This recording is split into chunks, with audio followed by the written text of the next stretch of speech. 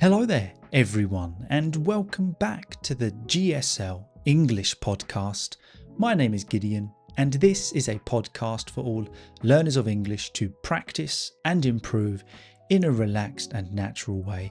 And today we are going to talk about the psychology of why we forget things. Have you ever had it where you perhaps going to work after the weekend on a Monday or a Tuesday, and a colleague says to you, "Oh, what did you get up to at the weekend?" And you think, "My goodness, I've got no idea. I can't remember. It was only a couple of days ago and I've completely forgotten." Has that happened to you? Or maybe, I don't know, you're watching a film and then you jump up off the sofa, you go into the kitchen and you completely forget why you're there. You're just staring into the fridge thinking, "What has happened to me?" Well, we're going to dive into the psychology of why that happens. How does memory work? And it's really interesting. As I was studying and preparing for this episode, I learned a lot. So I hope you do enjoy it. And of course, as we go through, we're going to look at principles and ideas for daily life, but we're going to see how those translate to learning English. Because we spend a lot of time when we're learning a language, listening to incredible podcasts like this one. We spend time learning vocabulary, idioms, expressions, things like that. But it's just the most frustrating thing when we've spent that time, we've put effort in, and then it comes to conversations, exams, or writing, and it all just goes out the window. We completely forget it.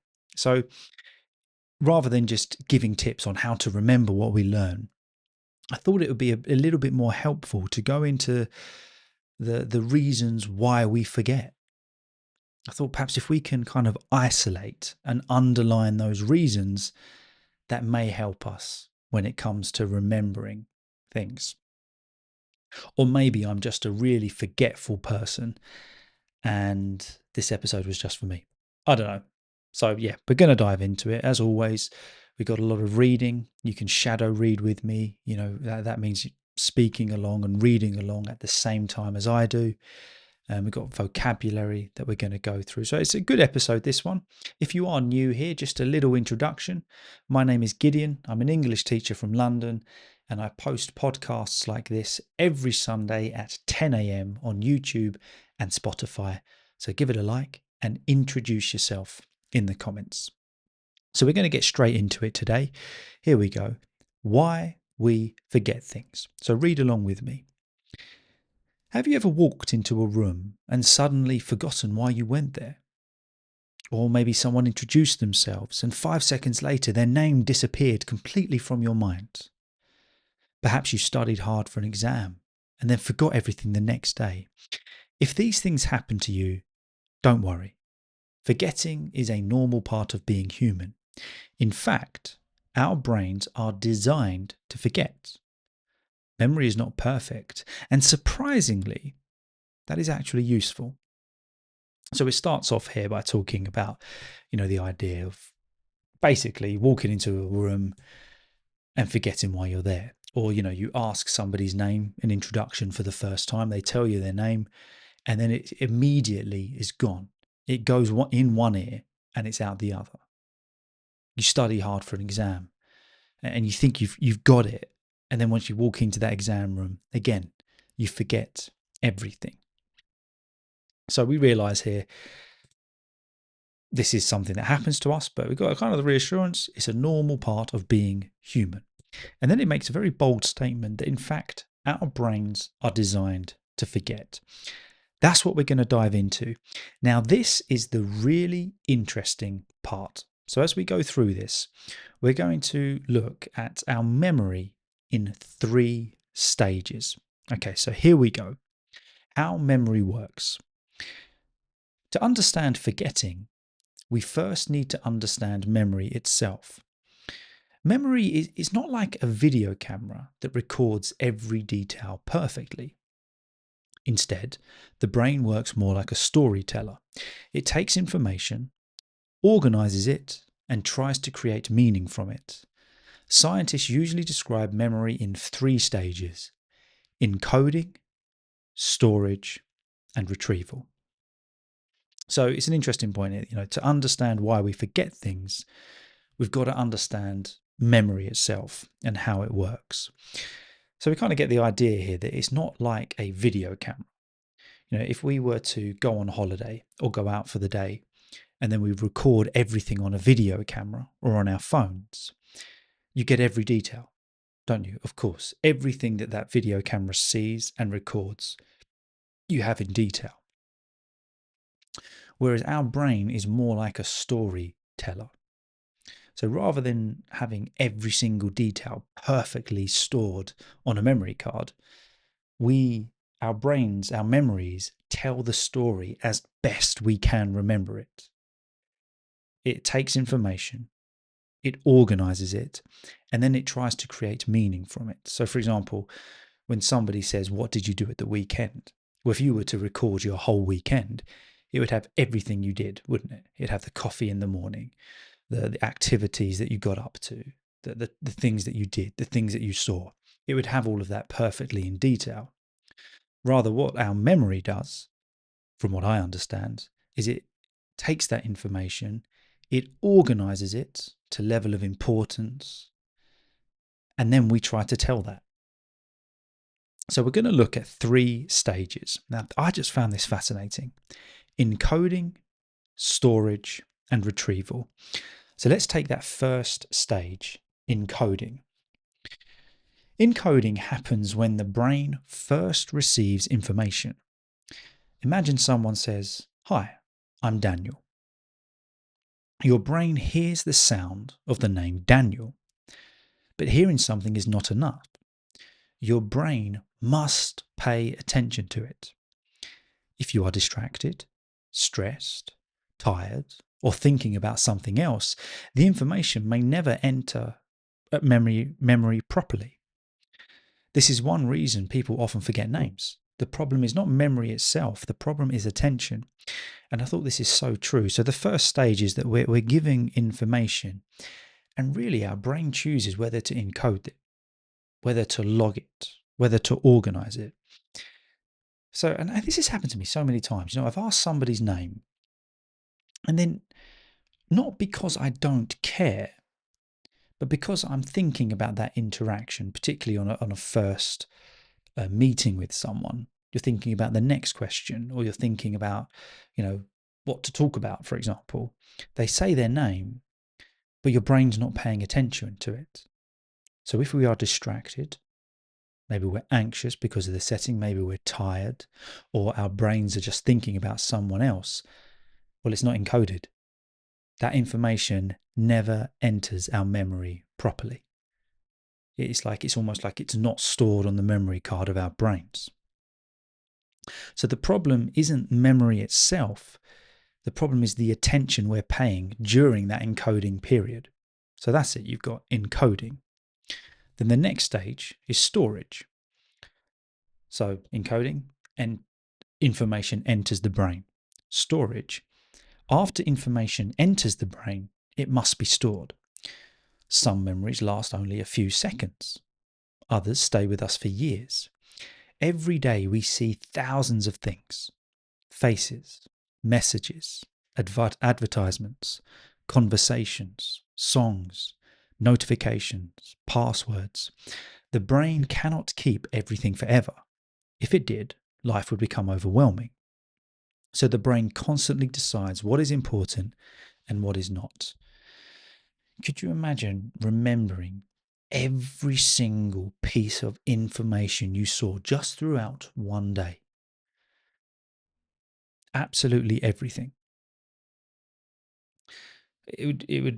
Our brains wouldn't really process, or it would be so high functioning that it would be really hard to deal with, wouldn't it? Every day we see thousands of things, don't we? Now, what our brain does is it constantly decides what's important and what is not. What should I keep and what should I remove? It's like a computer. For example, when I record these podcasts, I often have to delete old podcasts to free up memory. There's not enough storage on the computer. Well, likewise, it's like our brains doing that with information. What's worth keeping? What's not? What should I just get rid of? And that's why we remember some things, but other things we completely forget. We can't remember absolutely everything, can we? And then the third stage is retrieval. Retrieval means finding the memory later. Sometimes the memory still exists, but the brain struggles to access it. Have you ever said, "It's on the tip of my tongue"? That feeling happens when your brain almost finds the information, but cannot fully retrieve it. Then, suddenly, a few minutes later, the answer appears from nowhere. Human memory can be very strange. Sometimes we say that, "Oh, what was your name?" Or "I've got a bit of information. It's on the tip of my tongue," meaning that it's almost there. The brain has almost retrieved the information, but it can't do right away. And then a few moments later, it comes to you. Or it doesn't at all, because our brain has already stored what we find important. And that information might be at the top of that storage pile. But also it might be quite low down. It might be really far down, and our brain's got to work really hard to retrieve it. So they're the three stages of memory: encoding, storage, and retrieval. But why do we forget things? What happens in that process within those three stages? What is the reason as to why we forget things? Well, scientists have got several explanations for forgetting. The first is we don't pay attention. This is probably the biggest reason. Imagine putting your keys down while thinking about work, dinner, or your phone. Later, you cannot remember where you left them. Did you truly forget? Not really. Your brain never created a strong memory in the first place. Modern life is full of distractions, and attention has become weaker for many people. When attention is weak, memory is weak too. And I think that is a really interesting point. Your brain never created a strong memory in the first place. I do this all the time. I come home from work and I know there's things on my mind, thinking about what I've got to do that evening, the next day's work, family, personal things. And I throw my keys down somewhere. And then I cannot find them later. For love nor money, I cannot find them. That's a great expression, British English expression, for love nor money, meaning, there's no way that I can find them.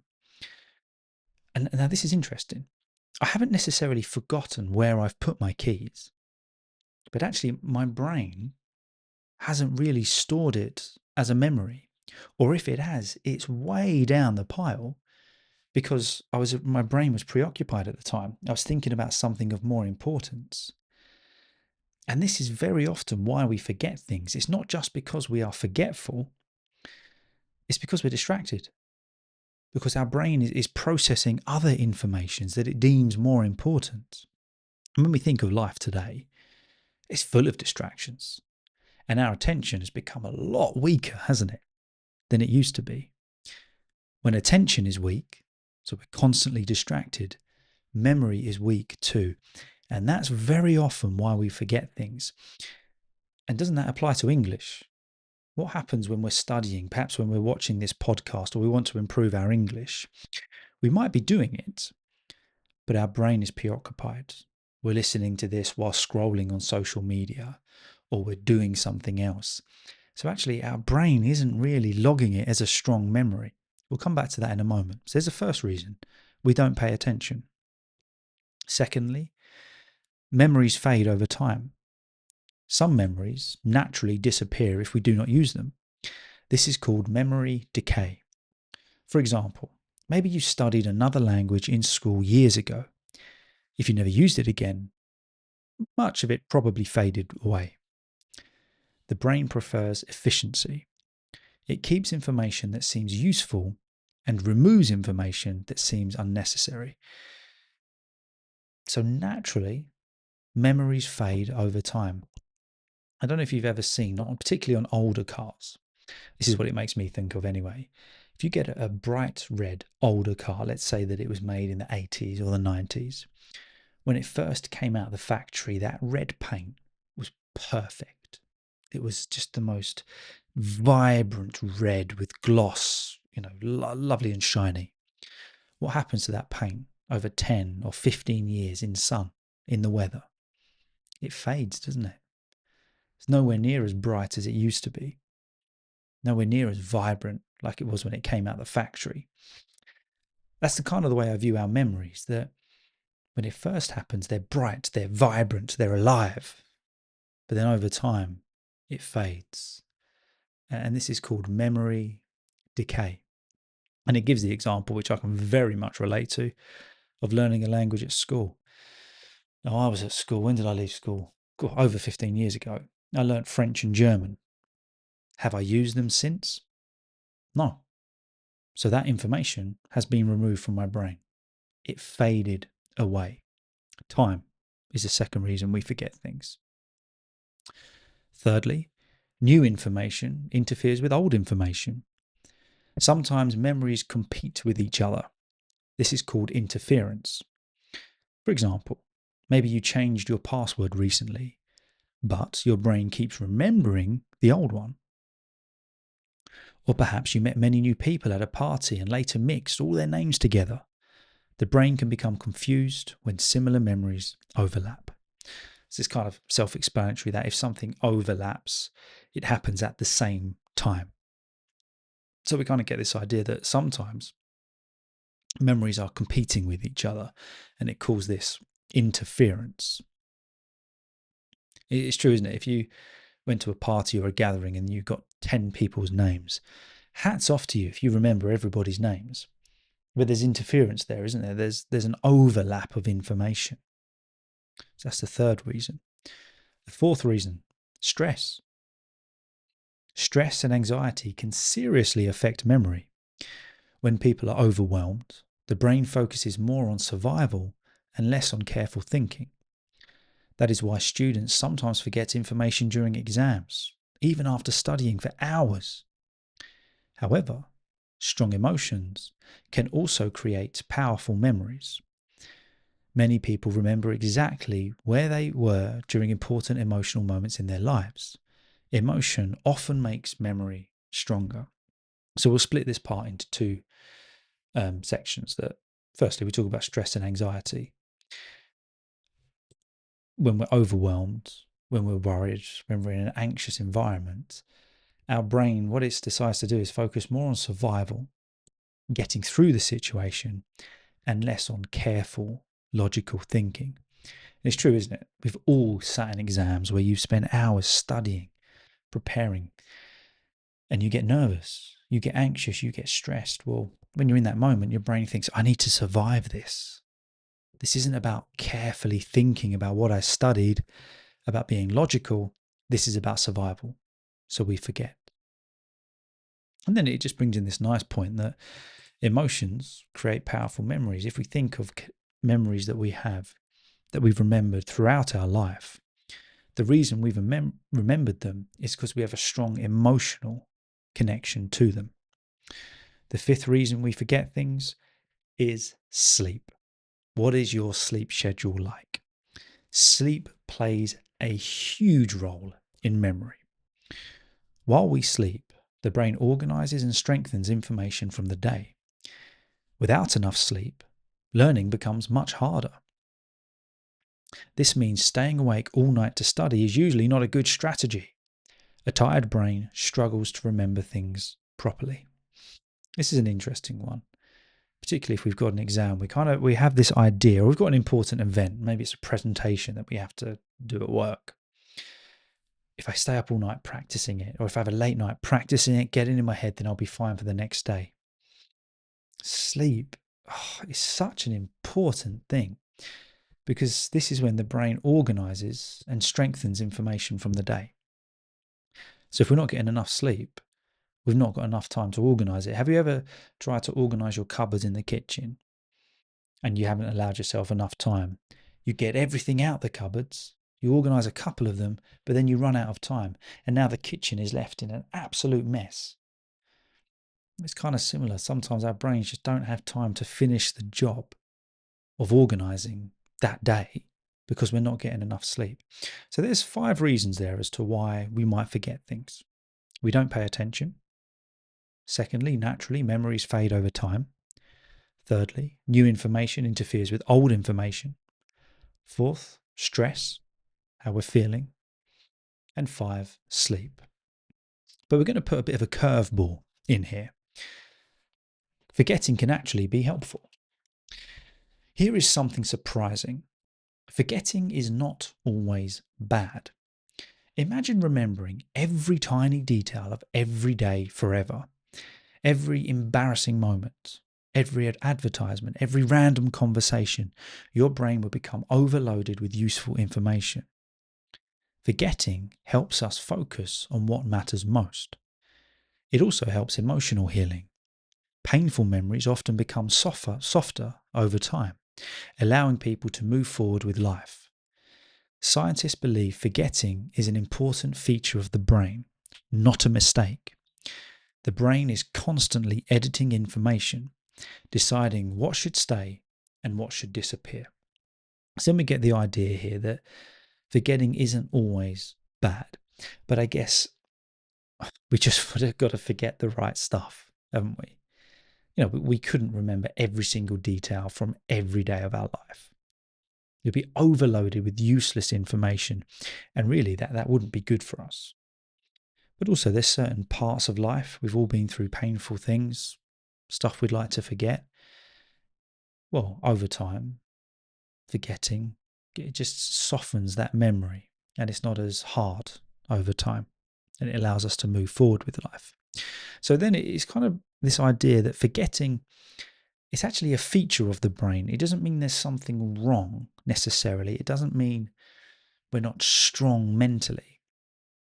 It's a feature. It's an intentional feature of the brain. But we've got to make sure that we forget the right things and remember the right things. So here's another interesting point. Why do we remember strange things? Have you ever noticed that people often remember very random things? This is me.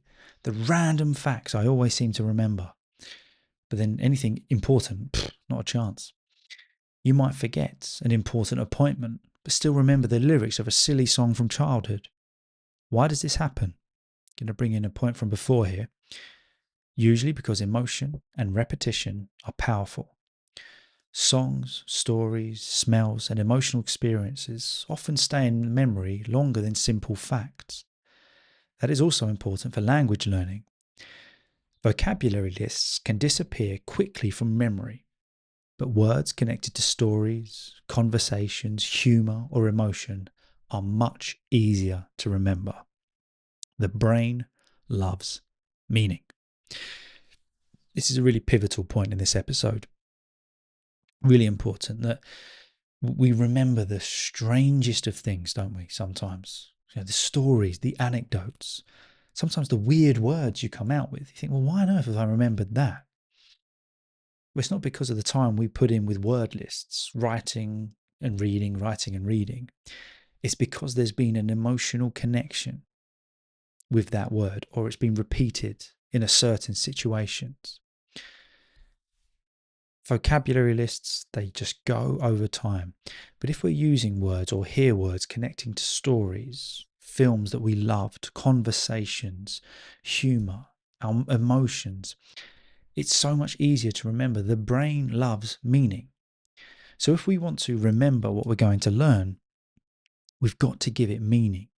Or we could say we've got to give it context. We've got to give it a reason to store it and not throw it away as useless. So how can we do that? How do we improve our memory? Forgetting is natural. Got to remember that. We're going to forget things. That's okay. But we need to strengthen our memory. So the first way, it comes into that first reason as to why we forget. Pay full attention. Focus completely when learning something important. Remove your distractions and give your brain time to process information properly. Or you struggle reading that paragraph like I did. Let's be honest, how many distractions do we have when we're trying to improve our English, when we're studying, when we're doing something meaningful? Put the phone away.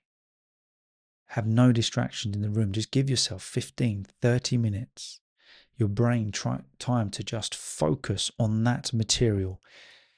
When we've got distractions, our brain is trying to process and organize and store those distractions as well as what we are learning. We've got to pay full attention if we want to remember. And, that can be in a multiple of situations, many different situations. But if we really want to remember, want to have the best chance of remembering, we pay attention.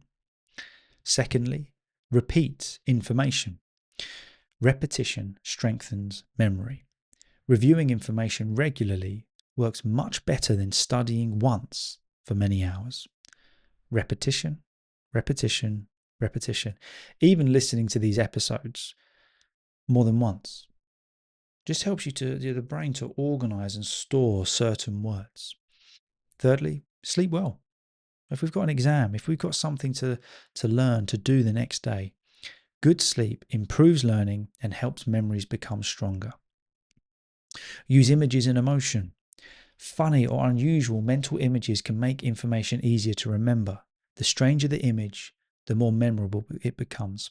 I know I've worked with a few students and professionals in the past, and if they've got a word that they really want to remember, rather than writing the definition, they will draw the definition. I don't know, let's take a simple word, gigantic, which of course, something very large. Well, they would draw a picture of something being very large. Stupid picture, a crazy picture, but that will help them to remember it. So if that might be a little tip, that works for you. If there is particular words you want to remember, rather than just writing the definition, draw it. Or just take mental images, funny moments, use them as information that your brain can give meaning to, so then it becomes higher up on the importance list. And this is an interesting one. Teach someone else. If you want to remember, teach someone else. One of the best ways to remember information is to explain it to another person. Teaching forces the brain to organize ideas clearly. Now, I'm not saying here that you have to become a teacher by any means.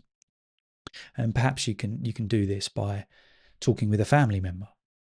Hey, mum or dad or husband or wife or partner, whatever it is. Can I talk about what I've learned with? Or I spoke about these 2 words today. Or I read a book and it was about this. I listened to a podcast and Gideon spoke about this. Talk to them about it. Teach them about it. Because when you're doing that, your brain is trying to present those ideas in as clear and understandable way as possible. So how does this all apply to language learning? Well, many English learners become frustrated because they forget vocabulary. Have you had that? Just frustrated, you're forgetting what you've learned? Remember, forgetting is a normal part of learning. In fact, every time you forget a word and relearn it, the memory pathway becomes stronger. Learning a language is not about perfection. It is about repetition and consistency. Even a little practice every day can slowly build strong memories over time. We're going to forget things. It's going to happen. It's okay. But give what we're learning meaning. Give it emotion. Give it memories. If we're struggling with regular words, give them meaning. Try using them in conversations. Give them context. Let the brain focus purely on that moment rather than being distracted. For example, if you're having a conversation with someone in English, try not to be distracted by the world around you or what's going on. Just focus on that one conversation. Let your brain process what's happening there and then. It's the most frustrating thing, forgetting what we learn. It really is, particularly, I think, when it comes to a second language, because we do just put so much time into it. And also, let's be honest, we put so much pressure on ourselves that we want it to be perfect. We want our English to be, want others to feel that our English is good.